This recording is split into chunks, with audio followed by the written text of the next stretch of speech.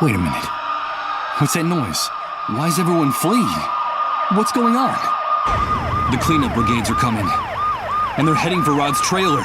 God damn it!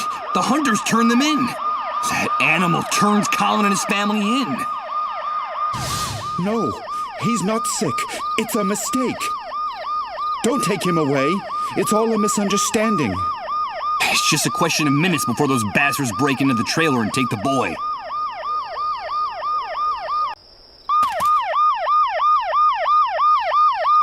One of those vehicles of terror the members of the cleanup brigade used to get around.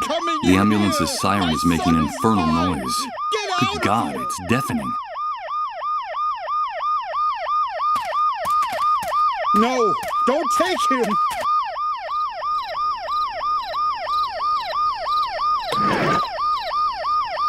Okay, I've got to act fast.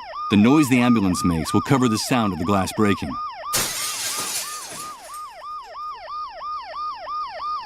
In spite of the noise I made breaking the glass and the ambulance's deafening siren, little Colin seems to be asleep or in a trance.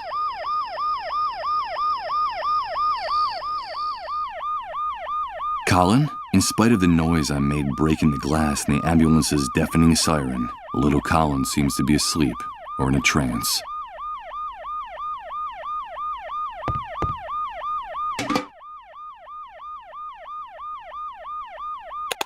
Michael? Michael, is that you? Yes, Colin. It's me. But how do you know my name? Emily told me a lot about you. That's how I know you. She gave me a message. She said it was very important that I give it to you. What's all that noise outside, Michael? Where are my parents? It's nothing, Colin. Your parents will be back very soon. Don't worry. But it's impossible for you to have spoken to Emily. She's no longer with us. Yes, she is. Emily is always with me. When I go down the underground highways, she's there, waiting for me. Emily gave me a message, Michael. She told me it was something very, very important. Tell me what happens on those underground highways, Colin. The highways are very dark, and I don't want to go down there. They're too scary. There's no light, and they're full of ghosts. There are only shadows and voices down there. Everyone seems very sad and angry, and they tell me things I don't want to know, things I don't even understand. At first, I hid the whole time, so they wouldn't find me. Or I wandered around by myself for hours in the dark, until I met Emily. Now I'm not so afraid of the underground highways, Michael, because she's always there. You say that Emily takes care of you? But how is that possible? She protects me. She keeps me from feeling scared, because I used to be really scared. I didn't know what was happening to me. I didn't understand anything. But now with Emily by my side, everything is much better. She tells me that what's happening to me is normal, that I'm just sick, but that the sickness will go away soon. And that the pain will go away for good then. That she also got really scared when she got sick. Emily told you that she also got sick? Yes, she told me that she went through this before me, that a while back she got the same sickness I have. She told me that she felt very lonely too, and that the pain was unbearable, but that it finally ended. And that's why I shouldn't worry, that the pain and the fear will go away. She's very kind to me, Michael. She's very kind to everybody, isn't she? Yes, Colin. Yes, she is. Emily contracted the same disease. No, it can't be. Emily, a dissolved? Is that why they didn't let me see your body? Is that the reason for all the secrecy surrounding your death? And what is this message you have to give me that's so important? She told me that she couldn't come back to be with us, that she will be trapped forever on the underground highways, and that the same thing will happen to me very soon. That's why she asked me to tell you that we're connected, Michael. She told me that you'd understand. We're connected, and it's very important for you to remember that. Connected? What does that mean, Colin? Emily told me there was a thread that no one can see that joins us to you, and that's why there's still a chance we can be saved. But that only you could do it, while there's still time. She told me that if we're connected, there's still some hope for us all. Can you make everything go back to the way it was, Michael? I don't want to be stuck on the underground highways forever. Can you really make everything go back the way it was, Michael? We're connected? What does that mean? I don't understand anything. This is all crazy. Michael, help me. It hurts so much. Make it stop. Colin, what's happening? Make it stop. Please. Colin!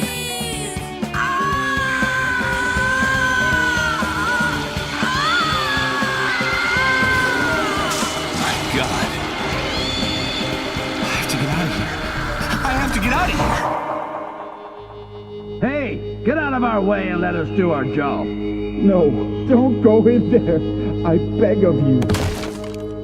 My son! My son! Colin, no, no.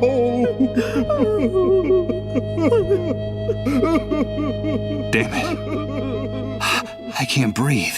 If it's true that there's a way to change all this, I have to find it now. I don't think I can stand it any longer. I don't think anyone can.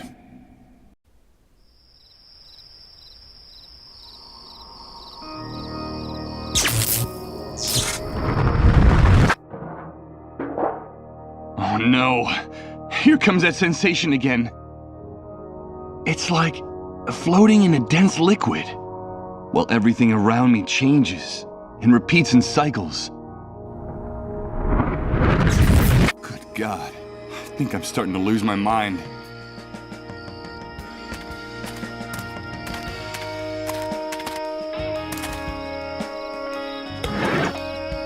This revolver still has 2 bullets in the chamber. The ones Rod and his wife were saving for when Colin passed away. It's possible that by taking it, I've saved their lives, or, on the other hand, condemned them to go on living.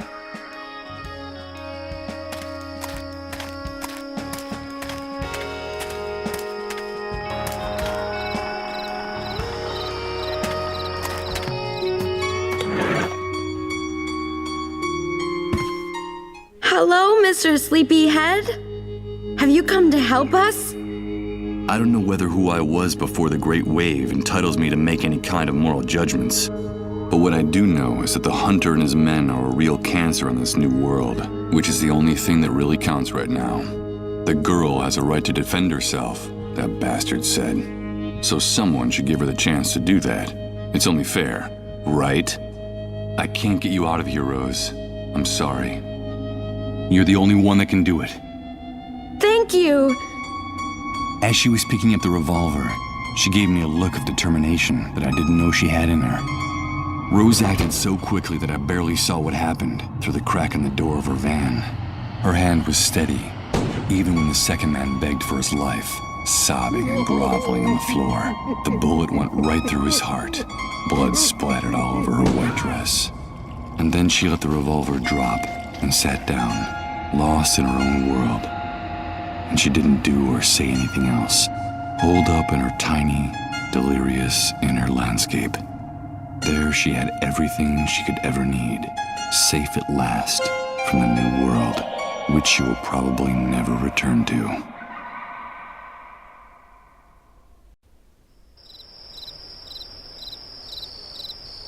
I'm afraid those bastards just played their last hand. I can't help but think those guys got what was coming to them, even if that's a thought worthy of the hunter. A few lousy coins. They don't look like they're worth much, just a few loose pennies.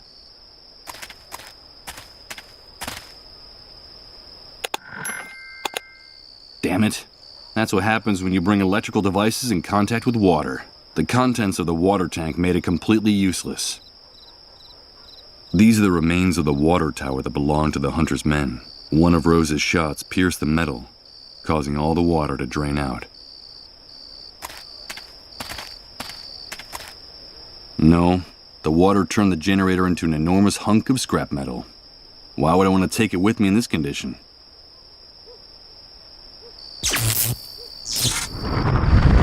What the hell? Another one of those repeating images. Of those damn time loops. No. Rose. No, don't do it. No! It's Rose, killing her captors again.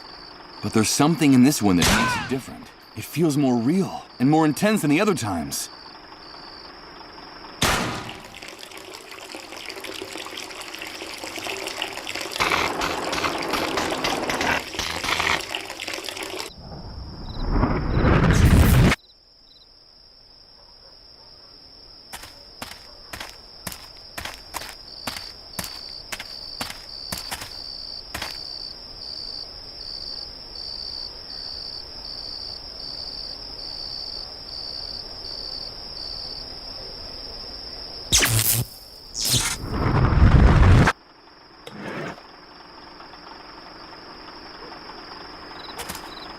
No. Rose. No, don't do it. No!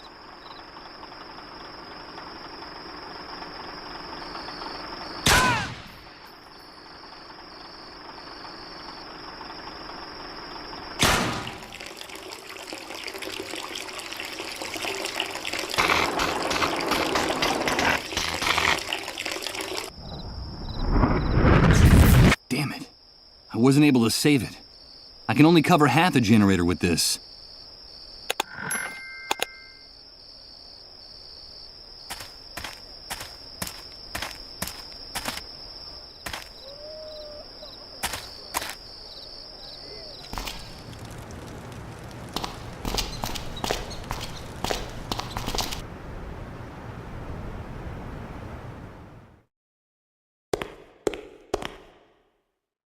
It's the backdrop I use for the photography jobs I did at home. It looks waterproof. Whoever designed this building didn't go to too much trouble to conceal the structural elements. There are pillars and wooden beams all over the place. A line of tiny screws holds up the white backdrop that hangs from the crossbeam. No, I'd only rip it if I tried to pull it down without first taking out the screws. Let's see. The coins fit perfectly in the heads of the screws. It'll be no trouble loosening them and taking the fabric with me.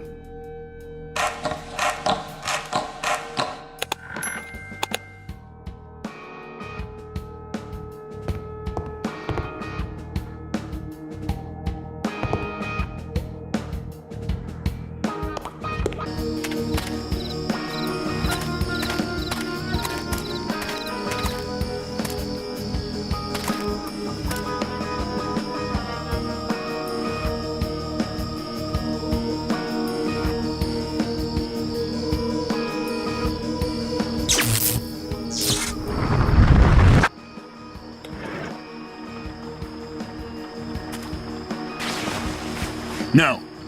Rose. No, don't do it. No!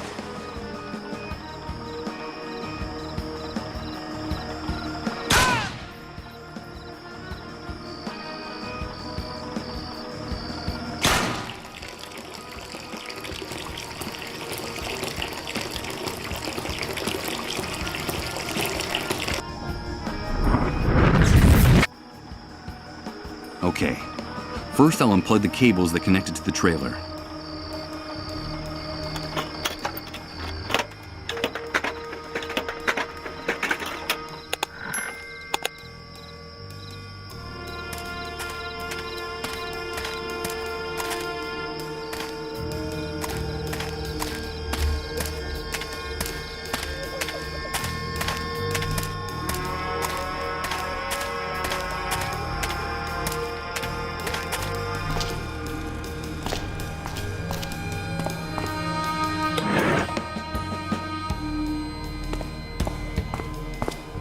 I brought the generator you need, Chris. Great, Michael. I knew you could do it. Give me a few minutes to set up the computer and open the report. While Chris was getting everything ready, I decided to sit down in one of the armchairs in the office. I was exhausted. My mind had been trying to make sense of the last few hours of my life for what seemed like an eternity. The first hours following my bitter birth in this new world.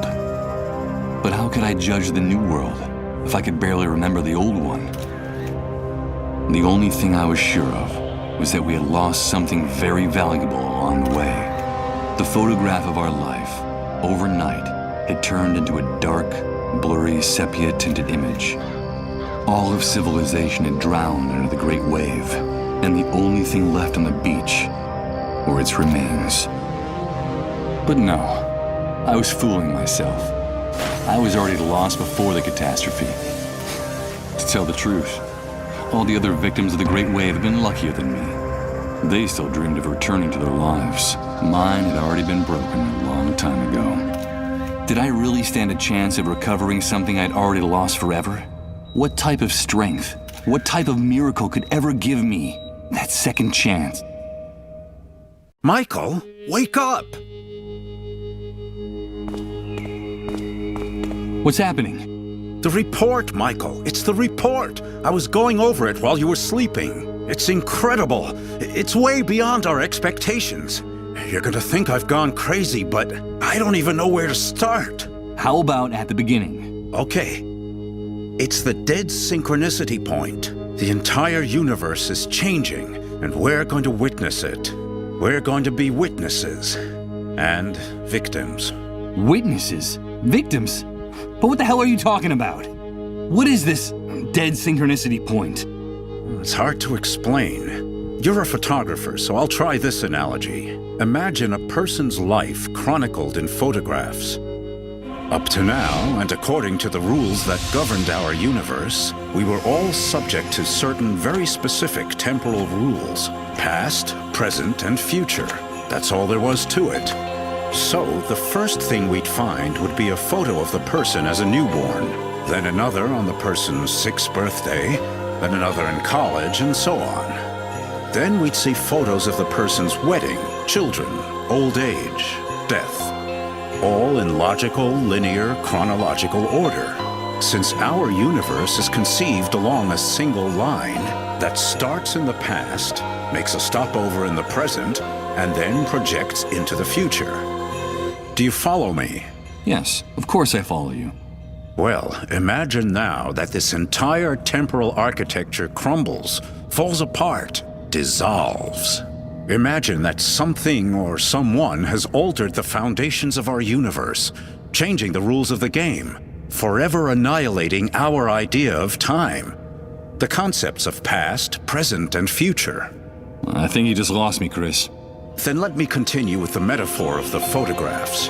Imagine now that a card dealer takes all these snapshots that sum up the life of this person, shuffles them, and places them in a stack in one spot on the card table. What would we have then? There would no longer be a chronological line, Michael. There would be no past, present, or future. Each of the individual events captured in these photographs, they would all be happening simultaneously, at the exact same point in time. And that point we would call...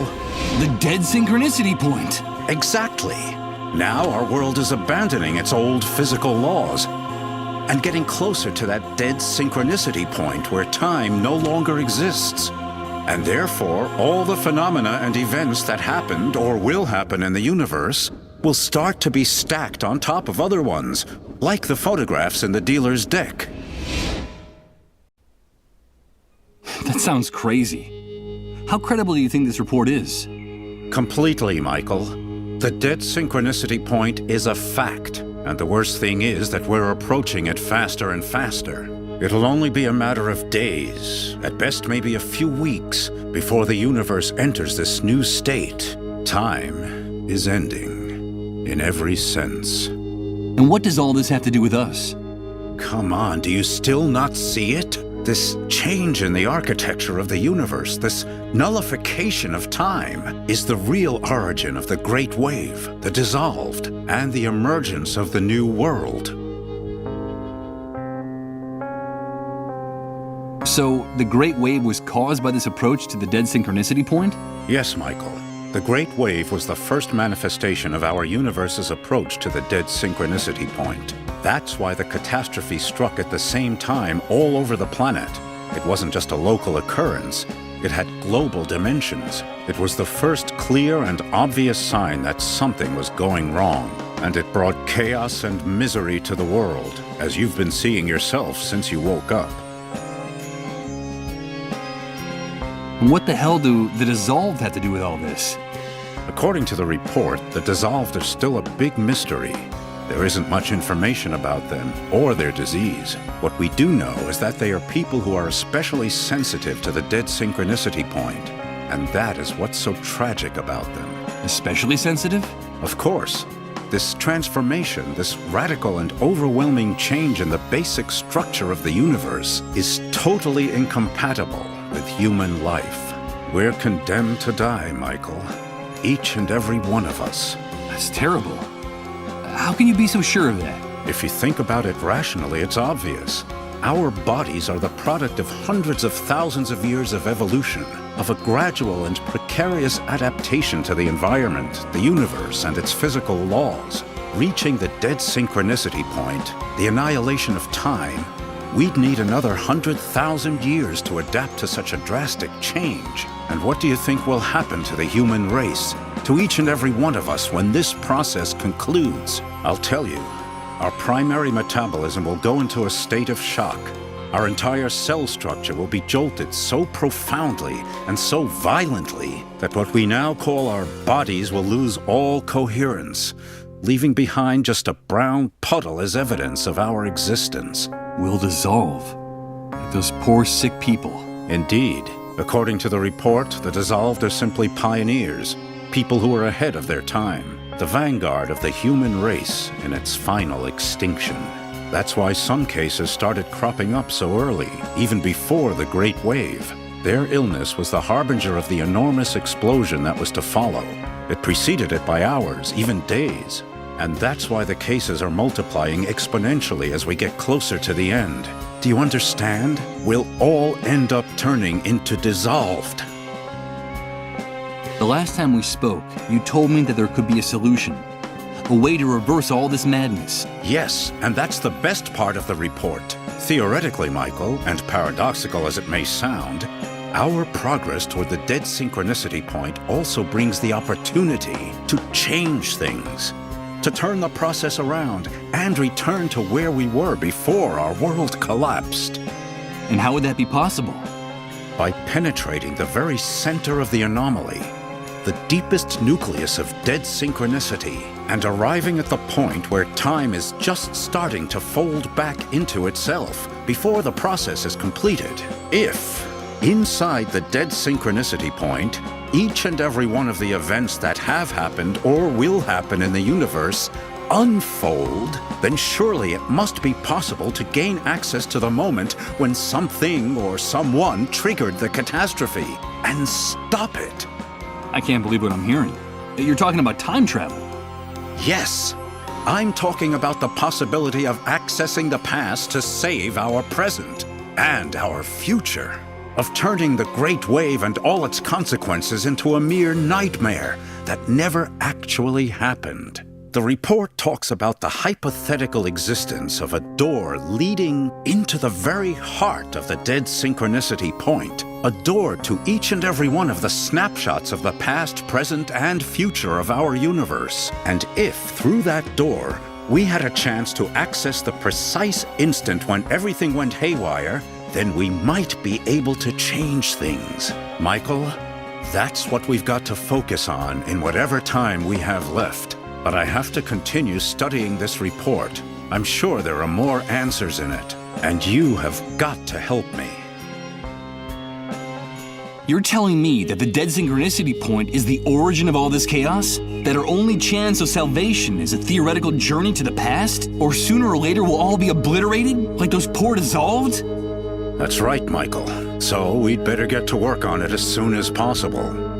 By the way, the report also mentions another very interesting thing about the dissolved. What is it? It seems that in their trances, through their trips to the underground highways, the sick form a strange relationship with each other. It's as if the disease unites them, regardless of any physical distance that might separate them. The report is very unclear on this point, but it seems as if the dissolved are somehow linked, connected. My God. That can't be. Remember. Please, remember. Everything fits now. Everything makes sense. Please. Enough! My head! Emily asked me to tell you that we're connected, Michael. We're connected. Michael, what's going on? Chris, get one of those tests ready. Fast. But what for? You don't think that you're also... Do as I say. Okay. Give me your hand.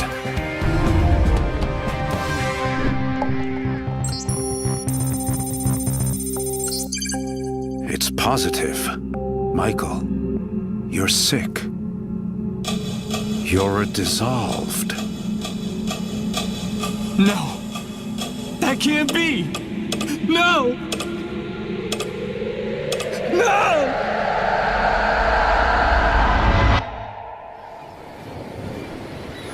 Michael. Michael.